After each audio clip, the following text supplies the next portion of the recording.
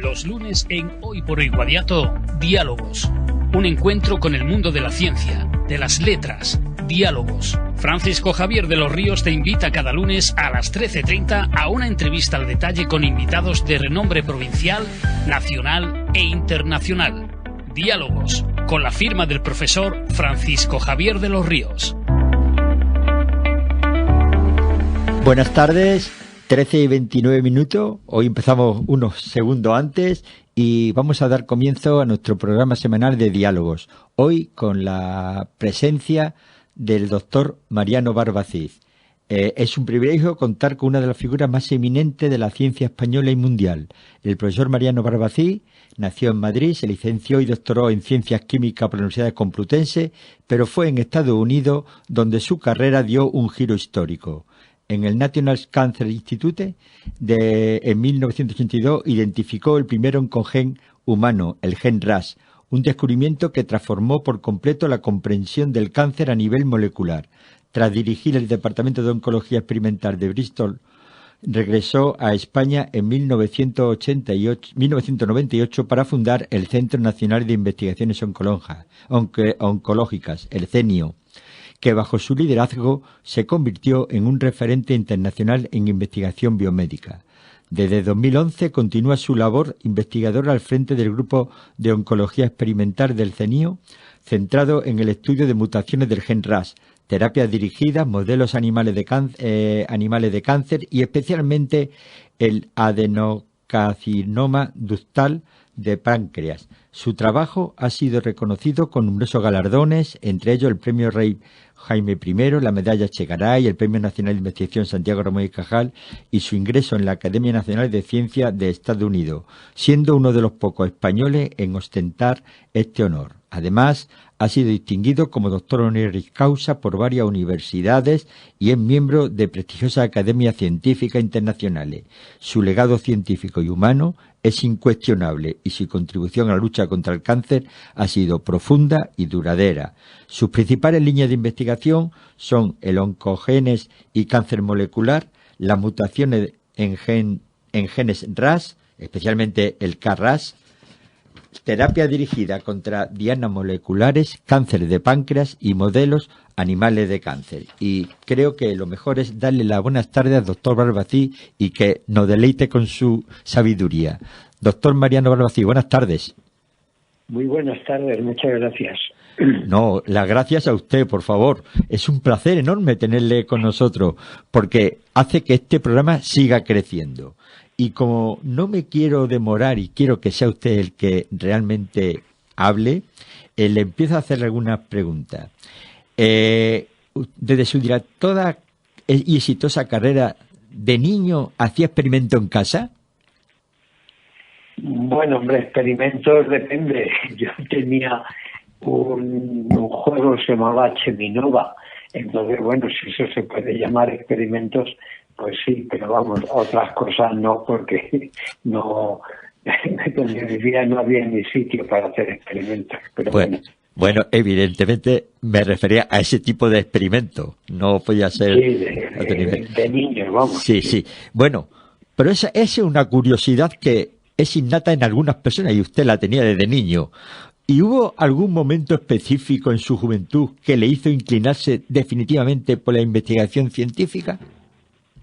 Bueno, sí, esto se lo debo a dos profesoras que me inculcaron la curiosidad por el saber, especialmente doña Carmen Michelena, cosa que ya he mencionado en otras ocasiones, que me daba clases per amore, es decir, me enseñaba cosas. Yo iba a su casa y me enseñaban cosas que no estaban en el currículum, ¿no? Yo estaba en tercero y cuarto de bachiller y me enseñaba cosas como el principio de indeterminación de Heisenberg o cosas, la estructura del átomo y bueno, muchas cosas que en esa edad pues realmente te sirven para estimular muchísimo la curiosidad. Y después la segunda profesora, la señora Castro, pues me introdujo un poco en la en la bioquímica. Todavía tengo un librito que me recomendó ella, que estaba hasta en francés, no sabía traducirlo, se llamaba Los ácidos nucleicos, y bueno, pues quizá fue un poquito mi introducción a la bioquímica. Todavía no podemos hablar de biología molecular porque esto fue hace muchos años, pero bueno, ese fue, digamos, el germen que me ayudó a orientarme también más hacia el mundo bio que hacia el mundo estructural de la materia, ¿no? Una aclaración para nuestros oyentes: cuando usted ha dicho tercero y cuarto de bachiller, era el bachiller que también estudié yo, el bachiller elemental. Estamos hablando de un niño, porque era un niño de 12, 13 años cuando se interesaba por estas cosas. Correcto. Bueno, Sí, así fue. ¿y qué recuerda de sus primeros años en la universidad que marcara de forma de entender la ciencia? Bueno, en la universidad la verdad es que aprender se aprendió y te formabas como persona, pero en el momento en que yo fui a la universidad, del 66 al 71, pues estábamos casi más interesados en temas sociales y políticos que en temas de currículum. Pero bueno, eso no quita para que hubiera que estudiar y que estudiáramos, pero yo lo recuerdo como compaginar el conocimiento científico con el conocimiento social, la preocupación por lo que iba a ser el futuro de España. En aquella época teníamos todavía una dictadura, y el poder formarte lo suficiente para poder salir fuera de España y tener una formación más global, más universal. Y bueno, pues fueron unos años estupendos, que tampoco los completé del todo, no porque no aprobara todas las asignaturas, sino porque en cuarto y quinto ya tuve que compaginarlo con el servicio militar, y la verdad es que tampoco fui mucha clase, pero bueno, saqué la carrera en los años que entonces eran 5 años, y obtuve buena nota, suficiente para sacar una beca para poder hacer mi tesis doctoral en el Centro de Investigaciones Biológicas con el profesor David Vázquez. Qué apasionante esa época de la historia de España, donde en la universidad había esa inquietud por ser un país más europeo. Pero bueno, vayamos a la actualidad. Efectivamente. Vayamos a la actualidad. Bueno, más que la actualidad, a otra época muy próxima a aquella. Su traslado a Estados Unidos fue crucial para su carrera. ¿Qué diferencias percibió en el modelo de investigación y cómo influyeron en el desarrollo profesional? Bueno, es una muy buena pregunta. En España tuve la fortuna de ser admitido en el grupo del doctor David Vázquez, que estaba entonces pues en la 4ª planta del Centro de Investigaciones Biológicas, donde estaban también la doctora Margarita Salas y el doctor Eladio Viñuela, entre otros científicos de prestigio. Menciono a ellos dos porque realmente fueron los que implementaron la biología molecular en España, y para mí representaron, aparte además del doctor Vázquez, un faro, ¿no? Una guía de lo que era la investigación científica. Evidentemente, cuando fui a Estados Unidos, claro, el principal choque, por decirlo así, fue la cantidad de recursos que había, ¿no? De hecho, si me permite la anécdota, la primera publicación que hice ya en Estados Unidos fue precisamente por un tema casi económico. Digo casi económico porque se trataba de purificar una proteína retrovírica, y en aquella época en el laboratorio donde estaba se recogían las fracciones que te interesaban y se tiraba el resto, ¿no? Cada centímetro cúbico costaba $1.000 desde la época, ¿no? Estamos hablando del año 74. Entonces, yo aquello parecía una barbaridad. Y mi primer trabajo fue un protocolo para purificar las 5 proteínas retrovíricas un mismo batch de virus, ¿no? Para no gastar, pues claro, el material de partida eran $10.000, ¿no? Aquello que era una cifra que en España, pues no sé, era casi el presupuesto de un grupo de investigación. Así que sí que se fue, digamos, el choque más que más me afectó en el buen sentido de la palabra, ¿no? Sí, sí. Cuando llegué a Estados Unidos. Bueno, aunque sea ficticio, vamos a jugar un poquito a ciencia ficción.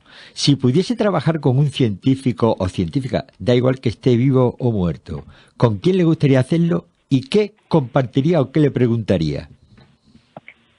Hombre, un científico es muy difícil hacer, de definir, sobre todo porque también dependería del campo, ¿no? Como científico, evidentemente, la pregunta es fácil de contestar, sería don Santiago Ramón y Cajal, ¿no? Luego ya, yo en Estados Unidos, pues he tenido acceso a varios personas premios Nobel, otros que han sido igualmente grandes científicos sin necesidad de haber tenido el premio Nobel, que a veces el premio Nobel se da como si fuera una cosa que excepcional, que lo es, pero eso no quiere decir que los que no lleguen tampoco no tengan por qué ser grandes científicos. Y la verdad es que he tenido la fortuna de ser testigo, en parte además testigo, jugando un cierto papel del inicio de la oncología molecular. Recuerde que nosotros aislamos el primer oncogen humano y eso pues ha abierto un campo que hoy en día pues no se entiende el cáncer sin entender la oncología molecular. Por lo tanto, creo que he tenido muchísima suerte en ser partícipe de todo este proceso que se ha gestado y se está gestando en los últimos 50 años y por consiguiente, más que fijarme en un científico más allá de Ramón y Cajal, el fijarme en una época, ¿no? Bueno, ha comentado usted a don Santiago Ramón y Cajal, pero sí ha trabajado con su discípula, ¿no? La doctora Sala, ha comentado usted. Aunque, bueno... Margarita no fue discípula de Ramón y Cajal. Margarita fue discípula de Alberto Solms, otro gran científico español, pero muy posterior a Cajal. Es que Cajal fue a principios del siglo XX. Sí, sí. Y Margarita, bueno, aunque es un poquito mayor que yo, o era un poquito mayor que yo, pero no, yo creo que ni siquiera llegó a conocer a Ramón y Cajal. Ella, con quien sí tuvo mucha relación, fue con el otro premio Nobel español, don Severo Ochoa. Lleva usted razón, cómo no. Me he confundido y he pensado en Severo Ochoa y se me ha ido Ramón y Cajal. Bueno, no pasa nada. Bueno, vamos a entrar en el oncogen que usted descubrió, el RAS. ¿Cómo recuerda el momento que descubrió el gen RAS y si hubo un eureka? Pues sí, mire, sí hubo un eureka, porque nosotros éramos prácticamente dos personas, en aquella época investigador postdoctoral, el doctor Eugenio Santos, que después ha sido el director del Centro de Cáncer de Salamanca, y él era el que yo tenía otra investigadora que hacía los experimentos celulares, que era la doctora Simonetta Cuccia. O sea, que en realidad éramos tres, no dos, pero lo que es el aislamiento lo hizo el doctor Eugenio Santos. Entonces, recuerdo que claro, la competición que teníamos era salvaje, porque el otro grupo que también lo aisló, y si lo publicamos al mismo tiempo, fue el del profesor Weinberg, que era ni más ni menos que profesor del MIT. Sí, y el otro investigador, que era un investigador joven, el doctor Mike Wigler, estaba apadrinado por nada más y nada menos que Jim Watson, el descubridor de la doble hélice del DNA. Es decir, que la competencia era muy fuerte y nosotros pues éramos unos, por decirlo así, unos pipiolitos. Al fin y al cabo, yo entonces tenía 31 años. Entonces, y Eugenio un poquito menos. Entonces, recuerdo que Eugenio aísla el gen en un fago, como se hacía, lo que es un clonaje molecular, y se vino a España de vacaciones en Navidad. Yo me quedé allí y, de hecho, el experimento clave de demostrar que ese bacteriófago tenía en realidad un oncogen humano, que es decir, que era capaz de transformar las células, pues en transformación maligna, ¿se entiende? Entonces lo hice yo y todos los días iba a ver si se formaba esa transformación maligna.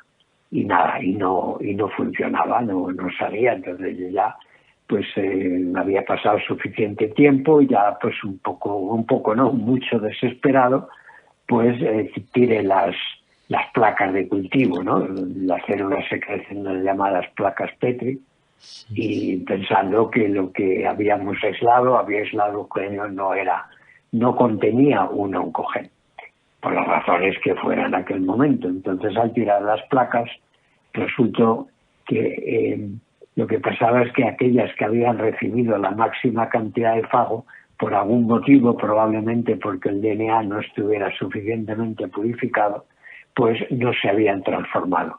En cambio, las últimas que fui a tirar, las que contenían menos DNA, sí que estaban totalmente transformadas. Entonces, yo estaba haciendo esto por la noche en el laboratorio yo solo, y no sé si pegué un grito de eureka, pero si no lo pegué, faltó muy poco. Bueno, ¿y qué cambió en la comprensión del cáncer a nivel molecular tras ese hallazgo? Bueno, pues mira, por mucho que le pueda parecer, porque al fin y al cabo el año 82 es decir, evidentemente muchas personas que no habían nacido todavía, pero tampoco estamos hablando de la prehistoria, los oncólogos clínicos no tenían ni la más remota idea de cómo se producía un cáncer.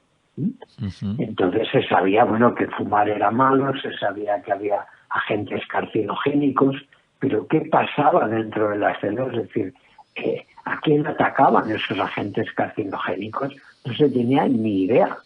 Entonces, bueno, pues esto abre la ventana de que el cáncer lo causan mutaciones puntuales.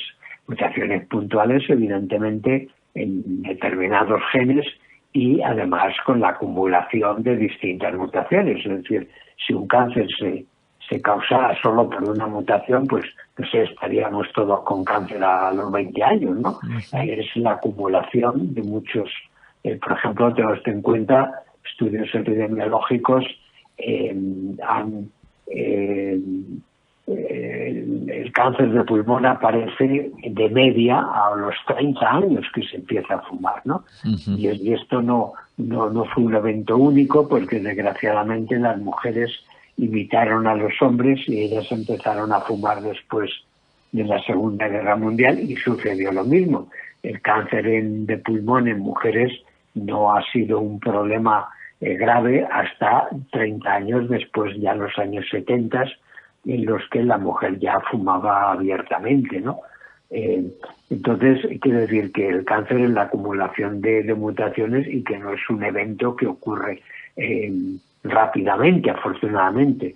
Lo que sí es cuando se manifiesta, es decir, cuando se manifiesta, si nos empieza a doler, por ejemplo, la espalda, ¿no? Que puede ser, claro, por una mutación, por la metástasis de cáncer de pulmón, no quiere decir, a lo mejor lo notamos en unos meses, pero eso no quiere decir que el cáncer se haya producido en esos meses, sino que se ha venido produciendo durante muchos años. Es decir, para resumir, la parte patológica del cáncer, es decir, la que nos causa daño, es solamente el último 5 o 10% de un proceso mucho más largo, que lleva a la acumulación de distintas mutaciones en distintos genes. ¿Y qué lo que sí sucede sí, es que el oncogen Carras sabemos que es el iniciador de un tipo de cáncer de pulmón y sobre todo de los cánceres de páncreas, de la mayoría de los cánceres de páncreas. Entonces, acaba usted de decir que el papel que juega el KRAS en los tumores más agresivos como el páncreas y el pulmón es el iniciador de los tumores. Exactamente, exactamente. Ajá. Bueno, pero no es suficiente, es decir, de hecho ahora se han descubierto lesiones benignas en lo que llamamos páncreas normales, es decir, una persona que ha sufrido un accidente, se le mira el páncreas y tiene ya muchas mutaciones, lesiones benignas de KRAS. Lo que dice es que evidentemente para llegar a un cáncer de páncreas tiene que ocurrir la acumulación de otras mutaciones y que afortunadamente eso no es un fenómeno muy frecuente, lo cual hace que el cáncer de páncreas pues no sea de los más frecuentes, aunque sí es el más maligno, pero no el más frecuente. Entonces, bueno, pues ya digo, el cáncer es una acumulación, un proceso de acumulación de mutaciones, porque afortunadamente si solo hiciera falta una para causar un cáncer, no llegaríamos a ser muy viejos. Más bien no. Bueno, usted regresa a España, como he comentado, en 1998 y funda el Centro Nacional de Investigaciones Oncológicas, el CENIO. ¿Qué balance hace de su etapa como director y qué cree que fue clave para consolidarlo como un referente internacional? Bueno, pues fueron varias cosas. En primer lugar, que hubo personas del mundo político que a veces están denostados, ¿no? Pero en aquel momento no lo fue, que fue el director del Instituto de Salud Carlos III, el doctor Gutiérrez Fuentes, y una persona de Moncloa, el doctor José Luis Puerta. Entre ellos dos, pues hicieron las gestiones necesarias para poder financiar la construcción de este centro, que por cierto costó muy poco. Yo a veces hago la broma de decir que costó un figo y la gente se cree que digo un higo. No, es que el centro costó lo mismo que el Real Madrid pagó por el fichaje de este brillante jugador, ¿no? Entonces, que digo, fueron 30 millones de euros que, bueno, yo le puedo decir que en los presupuestos generales del Estado no aparece en las primeras 40 páginas. Entonces, bueno, pero se hizo de una forma muy flexible, muy económica, porque el CENIO ha tenido y tiene está regido por una fundación. Entonces esto nos permitió ser mucho más flexibles, es decir, yo contraté a la gente que creía idónea para el centro sin tener que hacer oposiciones, sin tener que salir plazas, es decir, doña Ana Pastor, entonces mi ministra de Sanidad, nos dio un presupuesto que en aquella época era muy razonable, un presupuesto que por cierto no ha aumentado en 20 años, y en aquella época pues fue suficiente para poder atraer a investigadores españoles que estaban fuera de España, a investigadores españoles que estaban en otras partes de España y a investigadores extranjeros que vinieron única y exclusivamente por la calidad del centro, es decir, no porque estuvieran casados con una española o que tuvieran una relación anterior con España, ¿no? Entonces, todo eso hizo que se juntara muchísimo talento en un tiempo muy corto. Es decir, yo presumo muchísimo, si me lo permite, en aquella época se iniciaron los proyectos del European Research Council, que son los proyectos todavía, a día de hoy, mejor financiados por la Unión Europea. En el CENIO, en el año 2008, tuvimos 8 proyectos en 25 grupos de investigación. Es decir, había un RC cada 3 grupos de investigación. Para darle una perspectiva, porque mucha gente no sabe lo que es un RC, nuestros proyectos, la Unidad Complutense tenía 1 y la Comunidad Autónoma otro. Evidentemente, luego las cosas han ido mejorando en España, pero esa era la imagen que tenía el CENIO en el año 2008-2009, que por cierto fue en la época más bollante de la investigación, al menos en en ciencia, es decir, en biomedicina de lo que llevamos de siglo, porque desde entonces no se han llegado a igualar los recursos que había, por lo menos a nivel de investigador en aquella época. Qué privilegio para España haber montado ese centro nacional. Bueno, eso tuvo que ser una decisión muy difícil para usted cuando decidió regresar a España. ¿Qué sentía que ganaba y qué posiblemente podía dejar atrás? Y si la experiencia se correspondió con lo que esperaba. Bueno, eso, vamos, también es una muy buena pregunta. Es decir, fue el reto de construir un centro de investigación desde la nada. Es decir, y con un sistema de gestión muy flexible, entonces, y con unos presupuestos muy razonables. Entonces, pues yo creo que fue el momento idóneo para regresar a España. Yo me había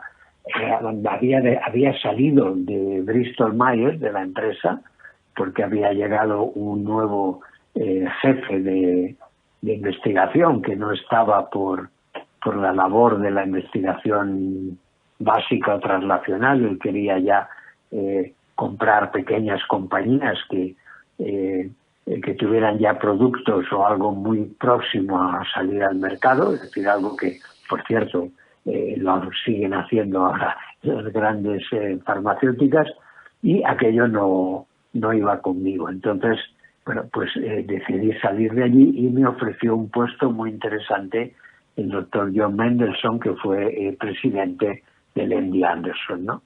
Y bueno, llegué hasta firmar irme a Houston. Cuando esto en España tomó cuerpo de realidad, ¿no?, que no era simplemente palabrería, pues nada, fui a hablar con John y le dije, mira, es que me ha salido esto, lo entendió perfectamente, y será como anécdota, ya que estamos con anécdotas, que todos los congeladores, todas las células y todos los ratones que ya estaban programados para ir a Houston dieron un giro de 90 grados y se vinieron a España. Así que me estuve, ya digo, a punto, pero esto me pareció mucho más interesante que dirigir un programa en un centro ya tan consolidado como era el MD Anderson. Es decir, ya que en España podía ayudar mucho más a la investigación que el MD Anderson, que ya era un centro de muchísimo prestigio y con cientos, por decir miles de investigadores. Doctor Barbacid, es una auténtica pena. Se nos ha pasado el tiempo, a mí por lo menos volando, y yo en estos casos lo único que puedo hacer, a sabienda de la dificultad por su agenda tan comprimida, es lanzarle el guante, y si usted acepta el reto, habrá una segunda participación. En su mano lo dejo. Bueno, les dicen que segundas partes nunca fueron buenas, pero si usted cree que merece la pena, yo comprenderá que me habrá encantado de compartirla con usted. Pues será un placer volverla a tener en estos medios. Muchísimas gracias. Gracias a ustedes. Los lunes en Hoy por Hoy Guadiato, Diálogos. Un encuentro con el mundo de la ciencia, de las letras. Diálogos. Francisco Javier de los Ríos te invita cada lunes a las 13:30 a una entrevista al detalle con invitados de renombre provincial, nacional e internacional. Diálogos.